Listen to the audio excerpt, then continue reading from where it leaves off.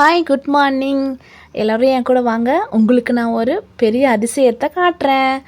இது கிராமத்தில் இருக்கிறவங்களுக்கு அதிசயமாக தெரியாது. ஏன்னா கிராமத்தில் நிறைய சுற்றி பார்த்துட்டே இருக்கிறதுனால. பட் சிட்டி மக்களுக்கு இது அதிசயமாக தான் தெரியும்.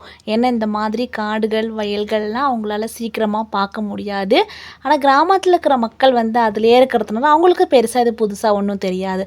அதனால் சிட்டி மக்கள் யாராவது இந்த வீடியோவை பார்த்தீங்கன்னா இதை சப்ஸ்கிரைப் பண்ணிக்கோங்க, லைக் பண்ணிக்கோங்க. உங்களுக்கு இந்த மாதிரி வீடியோவை நான் அதிகமாக சென்ட் பண்ணுறேன்.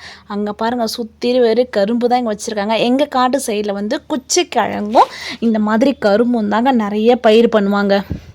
ஏன்னா நெல்லெல்லாம் கொஞ்சமாக மட்டும்தான் வைப்பாங்க. ஏன்னா சுற்றி இருக்கிற காடு எந்த மாதிரி பயிர் வைக்கிறாங்களோ அந்த மாதிரி பயிர் தான் வைப்பாங்க. இவங்க கொஞ்சம் மாற்றி வச்சாங்கன்னா எலியெல்லாம் பூந்து விளாண்டுடுன்னு சொல்லிட்டு அதனால் உஷாராக தான் பயிர் வைப்பாங்க. இப்போ தான் எல்லாம் தண்ணி பாஞ்சிட்ருக்கு போல் இருக்குது காட்டில். வாங்க, அங்கே பாருங்கள், கொக்கெல்லாம் பறக்குது. இன்னும் நிறைய இருக்குது, வாங்க உங்களுக்கு சுற்றி காட்டுறேன். ஆனால் கரும்பு மட்டும் பார்த்தீங்கன்னா சைஸாக இருக்குங்க. இப்போ தான் இந்த காட்டிலையும் தண்ணி பாயுது போல இருக்குது. தண்ணி பார்த்ததும் என்ன ஒரு ஆனந்தம் இந்த கரடிக்கு அப்படின்ற மாதிரி கொஞ்சமாக குடிச்சிட்டு கை காலெல்லாம் கழுவிட்டு திரும்பி காட்டை சுற்றி பார்க்கலான்னு சொல்லி கிளம்பிட்டேன். இந்த கரும்பு பார்த்திங்கன்னா குட்டி கரும்பாக இருக்குது. முன்னாடி பெரிய கரும்பாக இருந்தது. கரும்பு ஏன்னா ஒருத்தவங்க வெட்டுவாங்க வைப்பாங்க, அந்த மாதிரி மாற்றி பண்ணிக்கிட்டே இருக்காங்க இல்லையா. அதனால் பயிருக்கு ஏற்ற மாதிரி தான். ஓகே, இந்த தென்னை மரம்லாம் பாருங்கள், அப்படியே லைனாக நிற்கிறாங்க. அதாவது மிலிட்ரி ஆஃபீஸர்ஸ் மாதிரி. நான் உங்களுக்கு மகாராணியை காட்டுறேன் வாங்க. எங்கள் காட்டில் மகாராணிங்களாம் இருக்காங்க. காலையில் வந்தாங்கன்னா ஈவினிங் தான் போவாங்க. அப்படியேப்பட்ட மகாராணி யாருன்னு தானே கேட்குறீங்க? வாங்க பார்க்கலாம் பொறுமையாக. இந்த குச்சி கிழங்குலாம் பாருங்கள், பெருசாகிடுச்சு. இந்த கொஞ்ச நாள் போனால் வெட்டிடுவாங்க. ஆக்சுவலாக கரும்பு வெட்டிட்டாங்க போல இருக்குது. இவங்க தாங்க எங்கள் மகாராணி. இவங்களாம் உங்களுக்கு ஹாய் சொல்லுவாங்க. எப்படின்னு தானே பார்க்குறீங்க? இப்போ பாருங்கள், ஹாய். அங்கே பார்த்தீங்களா, நான் சொன்னது சரி தானே? இவங்கெல்லாம் அப்படி தான் நம்ம சொன்னால் கேட்குவாங்க. இது பார்த்திங்கன்னா நம்ம காட்டோட கிணறுங்க. இந்த கிணத்துல தண்ணி உள்ளே போயிடுச்சு. ஏன்னா சம்மர் டைம்ன்றதுனால இவ்வளோ பெரிய மாங்காய் மரத்துக்கு இந்த குட்டி கிணறுலேருந்து தாங்க தண்ணி வருது. அதுமேட்டுக்கு இது மரம் என்ன மரனே தெரியல, இவ்வளோ உயரம் வளர்ந்து நிற்கிது. இது முருங்கை மரம், அப்புறம் தென்னை மரம், அப்புறம் தீவனப்பில்லாம் மாடுலாம் வச்சுருக்கோம் இல்லைங்களா, அதான் எங்கள் மகாராணிங்களுக்கு. அதனால் உங்களுக்கு பில்லு வச்சுருக்கோம். இது நேந்திரம் காய்ங்க. இது மட்டும் வாழைக்கான்னு நினச்சிடாதீங்க. நேந்திரம் சிப்ஸு நம்ம கேரளாவெலாம் கிடைக்கும் இல்லைங்களா, அந்த காய் தான் இது. இது எப்படி இங்கே விளையுது அப்படின்லாம் கேட்காதீங்க. நாங்கள் தான் செடி வாங்கிட்டு வச்சோம். அது இப்போ மரமாக வளர்ந்துருச்சு. நாங்கள் சீசனில் எல்லாமே அறுத்துக்கிட்டே தாங்க இருக்கோம். இது எங்கள் வீட்டோட கத்திரிக்காய் தோட்டம், அப்புறம் ஆனியன் தோட்டம். இதில் பார்த்திங்கன்னா நாட்டு வெங்காயம் தாங்க. இது குட்டி குட்டியாக தான் இருக்கும். அதேமாதிரி கத்திரிக்காய் தோட்டத்துலேயும் பெரிய பெரிய கத்திரிக்காவாக தான் இருக்கும். வெயில் டைம்ன்றதுனால கத்திரிக்காய்லாம் குட்டி குட்டியாகவே இருக்குங்க. வளர விட மாட்டான் அந்த வெயில் என்ன பண்ணுறது. அப்புறம் இப்போ தான் வாழை மரங்கள் வளர்ந்துக்கிட்டு இருக்காங்க. இங்கே ஒரு வாழை தோட்டமே இருக்குது பாருங்கள். இங்கே நிறையா காய் இருக்குது. உங்களுக்கு நான் அந்த சைடு போய் காட்டுறேன்.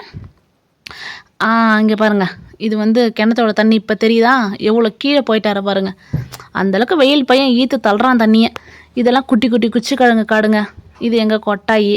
நாங்கள் வெயில் டைமில் இங்கே தான் ரெஸ்ட் எடுப்போம். அதுக்காகவே இந்த கொட்டாய் போட்டிருக்குன்னு வச்சுக்கோங்களேன். அது பக்கத்து காட்டுக்காரங்களோட கிணறு. இந்த கிணத்துல தண்ணியை போய் பார்ப்போம். ஓ மை காட், எங்கள் கிணற விட இந்த கிணறுல தண்ணி அடியில் போய்விட்டது. அவங்களும் கரும்பு தான் வச்சுருக்காங்க பெருசாக. அவங்களும் வேறு எந்த பயிரும் வைக்கல. இந்த வாழைத்தோப்பு பாருங்கள், இது அவங்களோட வாழைத்தோப்பு தான். நான் அவங்களுக்கே தெரியாமல் வீடியோ எடுத்துக்கிட்டு இருக்கேன். ஆனால் இதுலேயும் காய் இருக்கா என்னன்னு தெரியல. கிட்ட போய் பார்க்கலாம். அங்கே பாருங்கள், சுத்திரும் பச்சை பசுமையான. இந்த மாதிரி காட்டில் வாழ்கிறதுக்கே ரொம்ப நல்லா இருக்கும் இல்லைங்களா. இதெல்லாம் சிட்டியில் இருக்கிறவங்களாம் ரொம்ப மிஸ் பண்ணுவீங்கள்ல. ஒரு நாள் எங்கள் ஊருக்கு வாங்க, நான் நேரடியாக உங்களை சுற்றி காட்டுறேன். இவங்களும் மாடு வச்சுருக்கிறதுனால அதுக்கு தீவன புல் வச்சுருக்காங்க. நெக்ஸ்ட்டு சோளம் இதெல்லாமே இருக்குது. நிறைய குச்சி கிழங்கு தாங்க இருக்குது சுற்றிலும் பார்க்கும் போதெல்லாம். ஆஹா, தொட்டி என்ன ஒரு ஆனந்தம் இந்த கரடிக்கு. திருப்பியும் அந்த மாதிரின்ற மாதிரி தொட்டிக்குள்ளே தண்ணி பாருங்கள். ரொம்ப நாள் ஆகுது நானுமே காட்டுக்கு எங்கள் வீட்டுக்கு கொஞ்சம் உள்ளே இருக்குது காடு. நாங்கள் இப்போ தான் வரேன். இது பார்த்திங்கன்னா இந்த தென்னை மரம் சாதாரண மரம் இல்லைங்க, ரொம்ப அதிகமாக வளர்ந்து நிற்கிதில்ல, தேங்காயே தெரியாத அளவுக்கு. இது செவ்வாழை மரம் அப்படின்னு வாழைப்பழத்தில் இருக்கிறீங்களா, அந்த மாதிரி இது சிகப்பு தேங்காய்ங்க. இந்த தேங்காய் பார்த்திங்கன்னா சிகப்பாக இருக்கும் மேலே தோல். இது எங்கள் வாழை மரம். அதில் தான் நான் சொன்னேன்ல, இதெல்லாம் காய் நிறையா இருக்குன்னு. இதில் பாருங்கள், சீப்பாக தாரா. இது பார்த்திங்கன்னா மந்த்லி ஒரு 3 சீப்பாவது எங்களுக்கு கிடச்சிரும். அந்தளவுக்கு அப்படியே காய் ரெகுலராக போட்டுக்கிட்டே இருக்கும் பார்த்துக்கோங்களேன். நெல்லிக்காய் மரத்தில் பெருசாக பிஞ்சு எதுவும் வைக்கல, குட்டியாக தான் இருக்குது. சரி, ஓகேங்க, நானும் வீட்டுக்கு கிளம்புறேன். பாய்ங்க, டாட்டாங்க. இது சப்ஸ்கிரைப் பண்ணிக்கோங்க, லைக் பண்ணிக்கோங்க. கையல் ஆர் டாம் அண்ட் ஜெரி.